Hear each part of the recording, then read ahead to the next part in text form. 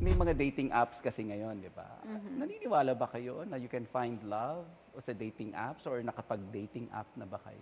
I never tried.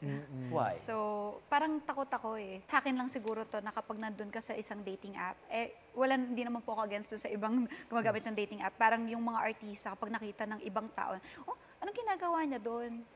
So, wala ba nanliligaw sa kanya? Wala ba nagkakagusto sa kanya? Hindi ko talaga trinay din. Kasi, siguro dahil makalumang tao nga ako, gusto ko yung pinupuntahan pa ako sa bahay, may dalang flowers. Pa-love life ka na pero Umaatras ako. maatras ka eh.